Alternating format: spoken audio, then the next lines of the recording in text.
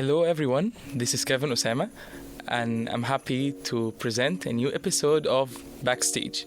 Today we have a very special guest because he made a lot of special things. He participated in the Disney productions, making a lot of Disney cartoon movies that we all have been raised by, and he leads a lot of choirs, the Cairo Celebration Choir, the Library of Alexandria, and he worked in the Opera House of Cairo. If I had enough time, I wouldn't have finished, so I'm happy to present the Maestro Nayer Nagui. Hello, Maestro. Thank you for your invitation and the lovely introduction. Thank you. We are honored and proud to have you today. I want to ask you about yourself, Backstage, because our podcast's name is Backstage. I want to know what's behind Nayer Nagui. Who is Nayer Nagui? Okay, I'm a pianist. First, before being a conductor, I studied piano. I started studying piano when I was 6 at the Conservatory of Alexandria. At 22, 23, I did my postgraduate studies with the Royal Schools of Music for theory and composing. And at the age of 29, I studied conducting in Paris in l'École Normale. That's it about the education. I worked at the Cairo Opera House as an accompanist with the opera singers for 15 years, then as a conductor until I was chosen as the artistic director of Cairo Opera Orchestra. Yes. The opera orchestra is not the symphony orchestra. The opera orchestra is the orchestra that accompanies the ballet and the opera singing. Okay. Usually in the pit. Oh. And now I am the principal conductor of Biblioteca Alexandrina Orchestra since 2019. That's very good. Thank you. And I've heard that you always link between what you do and who you are. Link between what are you passionate about and what you do with who you actually are. Yes, actually, as a classical musician, you have to find your edge. Okay. What is special about you?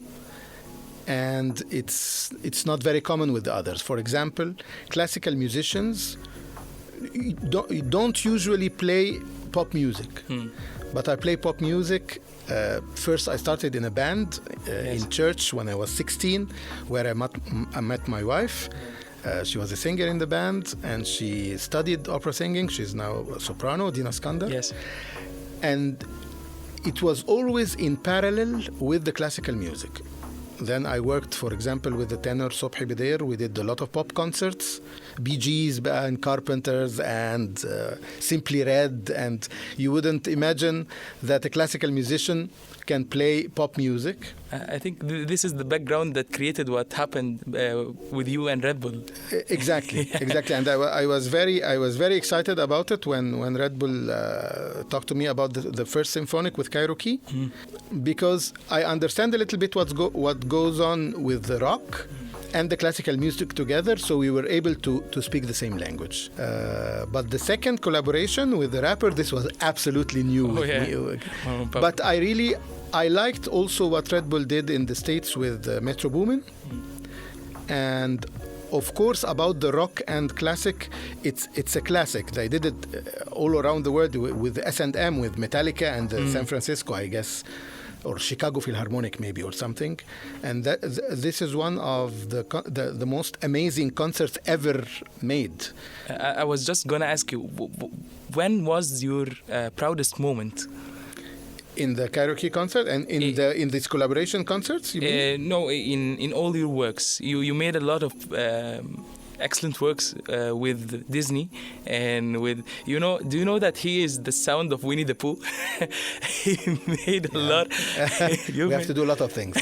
You've made a lot of things that you should be proud of. And if you're going to choose one moment between this era and that one, what is the special moment that you will choose? Look, it's difficult because I really enjoy what I do, whether it's classical or it's pop or whatever. But I think if I would choose one thing to do, okay, I would conduct oratorios. Oratorios are the choral works who are set on a biblical setting. Okay.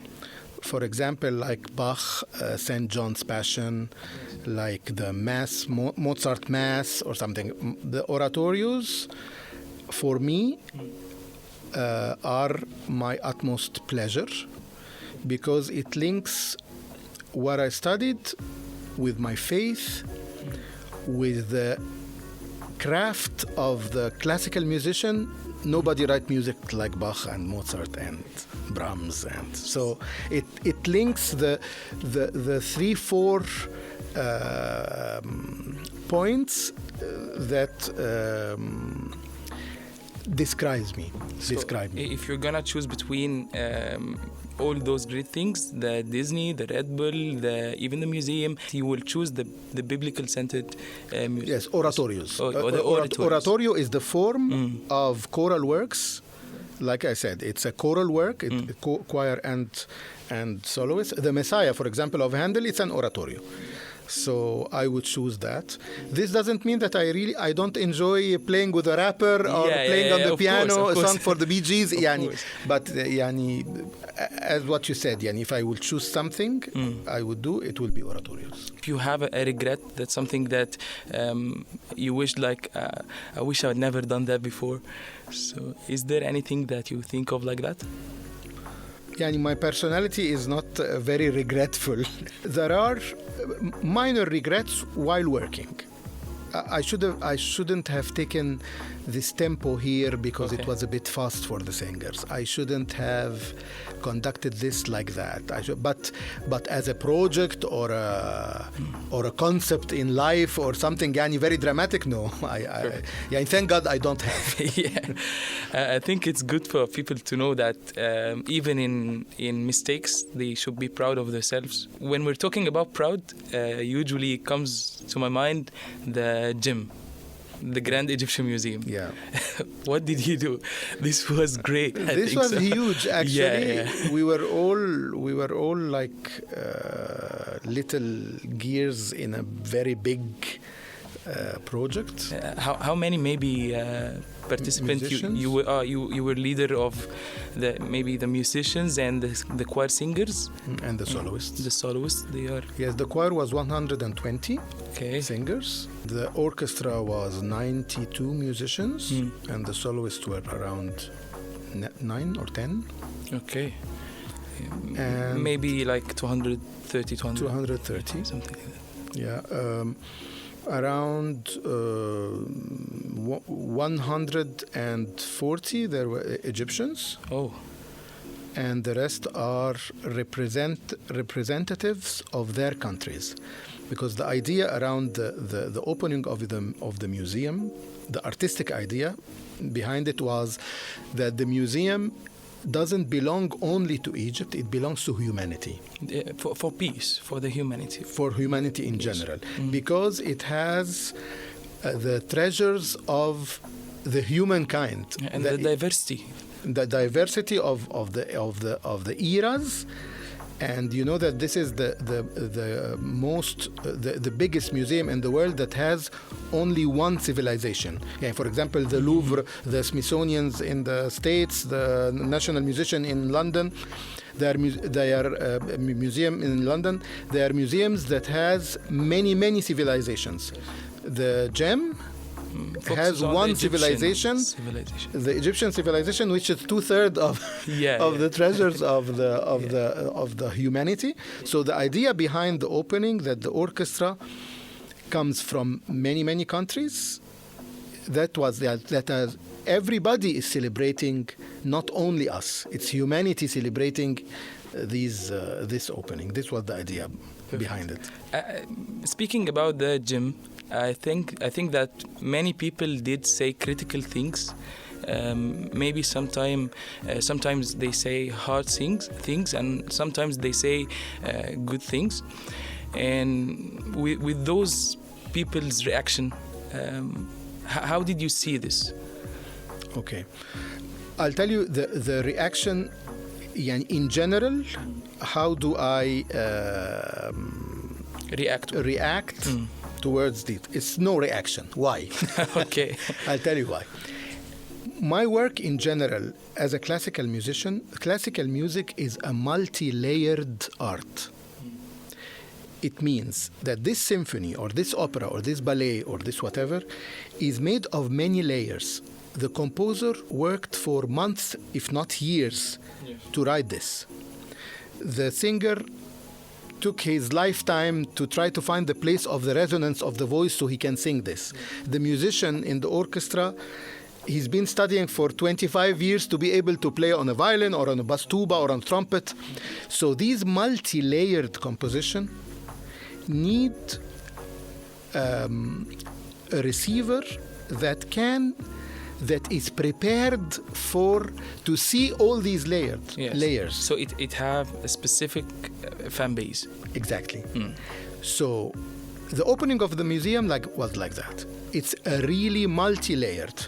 You are listening to the orchestra, singers, following the story. There is a story that nobody give himself 2 minutes to understand the story behind it.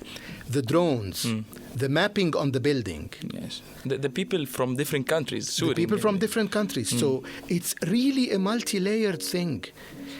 People are starting to like it now. So I don't react and I wait. Yes. I wait because next year, when these videos will be seen a million times on social media, they'll say, there was an idea behind that. Like what happened with Red Bull and Marwan Pablo. Like the first, the reaction toward the rap with the orchestra on the first day were all insults. Yes. Okay. Now, because yesterday was 1 year for the concert and the concert was seen 2 million times, they say, wow, we want this experience again. So what I mean is, it's very easy to judge. It's very easy to insult. It's very easy to go and write negative comments on social media. Give yourself time. Try to digest what's happening. And I'm wait. sure, and wait and see it many times, because 1,000 of people worked on that, on the museum thing.